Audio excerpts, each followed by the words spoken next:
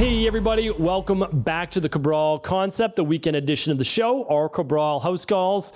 Every single weekend answering about 10 to 12 of our community's questions. And I've got some great news for you here today. Before we get started, I just opened up the big Word document or Pages document, and I actually looked at the date, and we are starting at basically January 1st. 12/31 is the start to today's questions. Now I know we're into February, but it's only February 17th. Why is that a good thing? Because we are only 6 weeks now behind answering your questions, 5 to 6 weeks.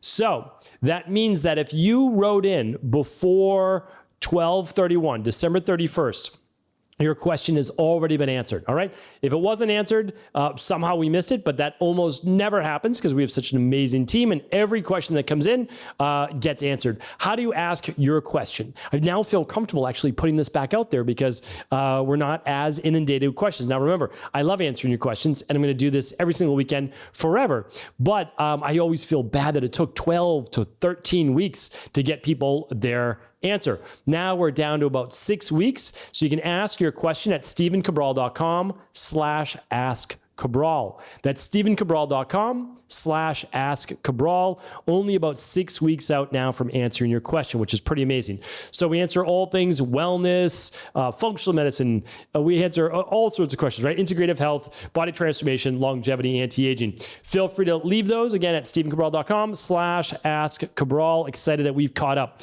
All right, so let's now dive into the show. Can't provide you with any medical advice, medical treatment plans, medical cures, or medical diagnosis, but we do something hopefully even better, which is actually look for the underlying root causes as to why these dis-eases of the body would exist in the first place. First question today is from Lindsay. Lindsay says, I would love your thoughts on this. I do not want to make any foods forbidden or label as good or bad. I understand how that can create psychological issues and cravings. I do want to educate about ingredients and make her aware of how food makes her feel, or how it psychologically affects and fuels her body. It may nourish her body or soul. My dilemma, I've always had an issue with the everything in moderation theory because I cannot get past the info I've learned about food additives, dyes, chemicals, pesticides, etc. in the food, water, and drinks. There are actually poisons banned in countries, and when studies are actually done, some even found to be contributing factors to many diseases. How do I reconcile this with where do you draw the line without psychological damage in the real world? Yeah, it's a great question. I'm assuming you're talking about your children. It doesn't say that, but I'm assuming you are. So I have 2 daughters. They're now 9 and 11 years old. We've had these conversations since they were young. Now, when they were really, when we were able to really control their space, this is until like 6 or 7 or kind of like, yeah, around 6 or 7 years old, they didn't eat any of these things. We could control like cow's milk, dairy from non-healthy forms. We could control all the additives and the dyes and all those things. They would never have them. Because even when they were at kids' birthday parties, well, we could just bring our own. Like we could bring our own fun treat and they were like, oh, this is amazing, right? And we could not fool them, but we could introduce that and they were very happy about that, right? And so that's what we've done. Now, we've actually taught our daughters from, let's say, like 6 and 8 years old that they can read their own labels. And it's actually way before this, so it's hilarious. I remember my youngest daughter, and she was like 3, 4 years old. She's literally walking around, not walking, we were pushing her in the carriage in Whole Foods saying non-GMO. She didn't know, she had no idea what non-GMO meant, but we would always begin to educate them from a younger age. Now, we didn't say it's poison necessarily, but we said these things are not good for your body. And we also, for certain things, we would say, how does it make you feel? We would just ask them, right? So we would get them in tune with their own bodies. I'll talk about this more in another show, just kind of about kids and nutrition.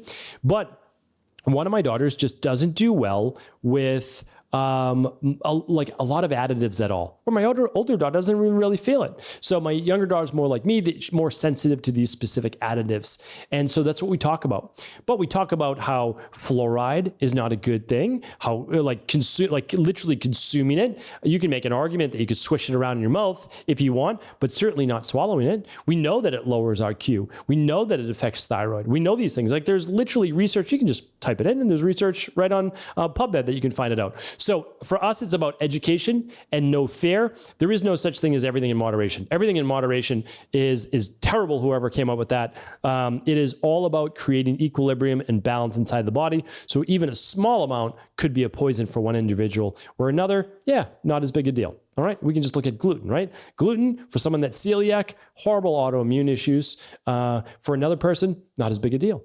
All right, Lindsay is up next. Maybe the same Lindsay. Hello, Dr. Cabral. I'd love to get your thoughts on a discussion about cold. I know this could be several podcasts on its own, but wondering about the potential risks or benefits of cold exposure for kids specifically. We all know about cold plunges for adults in other countries that do similar things, even for kids. I believe I saw an article in kindergarten class in Norway running through the snow barefoot with barely any clothes on. What's the line of this being good for the bodily systems versus the traditional wisdom of keeping a chill off the neck and lymph for fear of getting sick? Then we could get into the validity of germ theory if you want to tackle that. Thank you for your insights. Okay, so I'm not going to tackle germ theory today. It's a whole podcast. I've spoken about it before. Germ versus the terrain. They both matter. Like, if it's when you're in natural health, it's like, the germ means nothing. It's all about the terrain. To a degree, I get it, but no one's terrain is so perfect that germs don't matter, right? Like that's kind of important as well. Okay, so let's get into this. There is actually scientific research that I've stated before on multiple podcasts that when exposed to cold, meaning like you get a chill, not cold. So I remember when I was living in Maine for a full winter during the pandemic, I used to go outside with just a t-shirt on, and maybe I had a pair of sweatpants or jeans on or something like that, and shoes. And Maine was single digit cold, at night, especially. I was just taking out the trash, and I would go out there and I would just kind of feel the cold, breathe in the cold, and it would be the most amazing skies as well in Maine. You'd be able to see all the stars, especially during those winter nights with no clouds. So it was pretty phenomenal, but I wouldn't get sick. You get sick and can get sick because you leave your immune system more open to infection, because what happens is when you get a chill, you can actually suppress parts of the immune system. And they've seen this. Cold air coming through the nostrils actually lowers the white blood cells, not forever, but temporarily. And that could allow then for the immune system to be overwhelmed by whatever the pathogen is. So that matters. Now, here's an interesting thing. Children actually are much better at something called thermogenesis than older adults, at least. And what it shows is that they're better able to thermoregulate, keep their bodies warm when needed, at least in the core, and that could be helpful. So I think that there's a fine balance. You don't want to see kids with the purple lips that are overly cold, especially in the wintertime. But I also think that being able to acclimate yourself in the heat and in the cold is not necessarily a bad thing, as long as we don't go overboard, especially as children. Okay. Julie is up next. Hello, when doing the 21-day detox, is coffee allowed in the morning? If so, what are the parameters? Such as, should I wait to have coffee until I've had the shake, or can it be first? I'm wondering about a cortisol spike. Any info you have in regards to this would be appreciated. Thank you. Okay. So I always want to state that if you go to stephencabral.com/podcast, most of these questions have been answered. They really have. And so I don't mind answering them. I would never want to be rude. I never want you to think like, because I say that, I won't answer your question. Of course, I love answering your questions. And if you're happy to wait and you want to ask yours specifically, always happy to answer it. But all these are answered. And we also, you can get 30 frequently asked questions about the detox, and this is one of them, just by asking at cabralsupportgroup.com, right? That's it. Like literally cabralsupportgroup.com. Everyday questions are answered right there. We have over 25,000 people from around the world, free coaching group right there for you to check out. Okay. So let me answer your question though. Coffee is allowed. A lot of people think coffee is not allowed on the detox. It is. If you're going to eliminate coffee, eliminate it a week before you start the detox, because people get headaches and they go low energy and they blame it on the detox when really they remove caffeine from their system. You can't do that, right? You can remove caffeine from your system, but don't blame it on the detox, right? The headaches and all that. Sure, maybe you can get some on detox, but much more frequent if you eliminate caffeine. So do it the week before. Now, if you're going to do coffee, no milk additives to it, but you can do a black coffee, and you can do it right after your first shake in the morning. So that's it. So you get it's not a lot, right? It's not a lot of calories. It's mainly micronutrients that are good for your liver. good for your kidneys in order to be able to do their job, which is phase 1, phase 2 detox. And then hopefully there's not a lot left, but the kidneys then get benefits as well, especially with the AYU and FM detox support. Okay, so did I miss anything there? What about the cortisol spike? No, you're absolutely right. I have a whole podcast on does cortisol spike blood sugar. Yes, it does. But does coffee spike cortisol, which then can spike blood sugar? You really need to know how it affects you. And the only way to know that is to take your glucose. And so you can use a simple $20 glucometer right at home. You stick your finger before the coffee, and then you stick your finger a half hour or so later and see if it spiked your blood sugar.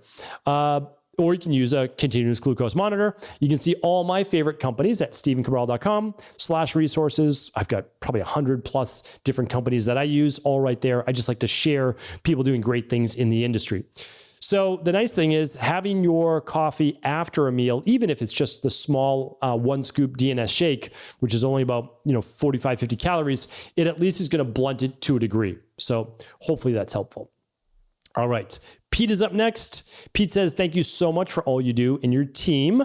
I really appreciate everything you do and I've learned so much and feel like I'm a better human for it. Thanks, Pete. I recently had health issues that resulted in blood poisoning. Long story short, the doctors have put me on intravenous antibiotics for 4 weeks. Question, does intravenous antibiotics affect the gut microbiome the same way as oral antibiotics? Thanks again for your work and passion. Thank you, Pete. I appreciate you. So this is very interesting. I need to do more research on this. Without a doubt. Here's the thing. Oral antibiotics affect the gut more than intravenous antibiotics. Intravenous antibiotics should and probably will affect the gut microbiome, but not nearly as much, I believe, as oral antibiotics. Please don't quote me on that. I will always tell you when I can't give you the exact science and I wouldn't say pathophysiology in this case, but this is not one that I want you to quote me on. So I would have to do more research and I'll probably have to do a specific follow-up and specific show on that. So I appreciate you writing in. Interesting note, when I was about 10 years old or so, I got blood poisoning and I ended up being in the hospital for about 4 or 5 days. Luckily, it was caught after just a couple of days, but I had that red line moving all the way from my knee where I had a cut going up towards my groin, which that's a real serious sign. So I know how that is. I got the same thing. Now, again, I was on antibiotics all the time as a kid. So this is just one more, but I was on IV antibiotics as well. So the thing is, let's just say, what would I do? I would still use the clean gut probiotic and I would still use the healthy gut support for the time that you're using the intravenous antibiotics. Plus, I would do them for at least 4 more weeks after you get off. All right. That's just me. That's what I would do. I can't give you medical advice. We've got one more question here today. It is from Danielle. Let's see what Danielle said. How can I be sure that my health data won't be sold to a third party? Okay. So I'm assuming, Danielle, you are referring to the at-home lab testing that we do around the world. So we are one of the largest providers, if not the largest provider of global functional medicine at-home lab testing. And so I want to put your mind hopefully at ease. We are a company that only works with what are called CLIA certified labs. So we work with the largest CLIA certified labs. These are massive lab companies. These aren't just small Silicon Valley startups, which I have no problem with that. But many of them are just trying to scale and then sell your information and data to a large pharmaceutical company. That's the truth. That's what 23andMe did. I was a part of that as well. Unfortunately, they have my data too. But here's the thing. We don't do that. So when you run an at-home lab test with us, this is how amazing it is. Your PCP doesn't get the information. Your insurance company doesn't get the information. Nobody gets the information. So what we use is a HIPAA compliant system that is completely anonymized. So the lab doesn't even send PDFs anymore. All they send is data. The data comes into our system at Equilife, which is completely secure and locked down. And we have a whole tech team that does this. And so all that it is the lab that's running the lab, Equilife, which is you have to have a provider. We're the provider, and you. That's it. And so if you want to share your results with anyone, you can download a copy. And you download that copy, you can send it to your doctor, you can send it to your integrative health practitioner, you can send it to anybody you like. But we don't share any of that data with anyone else. And when we're using this, there's actually a whole back end as well, which is completely anonymized. So people will Instagram me, message me all the time, and they'll say, hey, can you send me my lab results? This is this. I say, literally, our social media team, we have no access to your account whatsoever. There are only certain people at Equalife who actually have access to your account, right? They're the health coaches. They're the people with the HIPAA compliance training, all of those things. So with us, that's what that's what you're getting. I can't say that for all companies, but I can say that for sure with Equalife. So it's about knowing the right companies to work with. And then obviously you have to trust, right? Because at the end of the day, that's really what it's all about. At the end of the day, we're still trusting. When we buy something from Amazon or we buy food at the grocery store or from a farmer, at the end of the day, we have to believe in who we're purchasing from, but we still have to trust, right? And so I'll tell you right now, I won't do wrong by you. It's just, I run these labs myself. So I'm not going to sell my own data either, right? All right. Hopefully this was helpful. Thanks so much, everybody. Hopefully, again, we got some great questions answered for you. We'll be back tomorrow answering another 5 to 6 on the Cabral HouseCalls. Take care. Thanks so much for tuning into today's show. Before you go, don't forget to hit that subscribe button. I want to make sure that you're getting our daily content, not missing out on anything. Functional medicine, wellness, weight gain, weight loss, anti-aging, living longer, stronger, and all of the most cutting-edge research. And if there's any topics you want to hear, feel free to leave them in the comments below. Take care.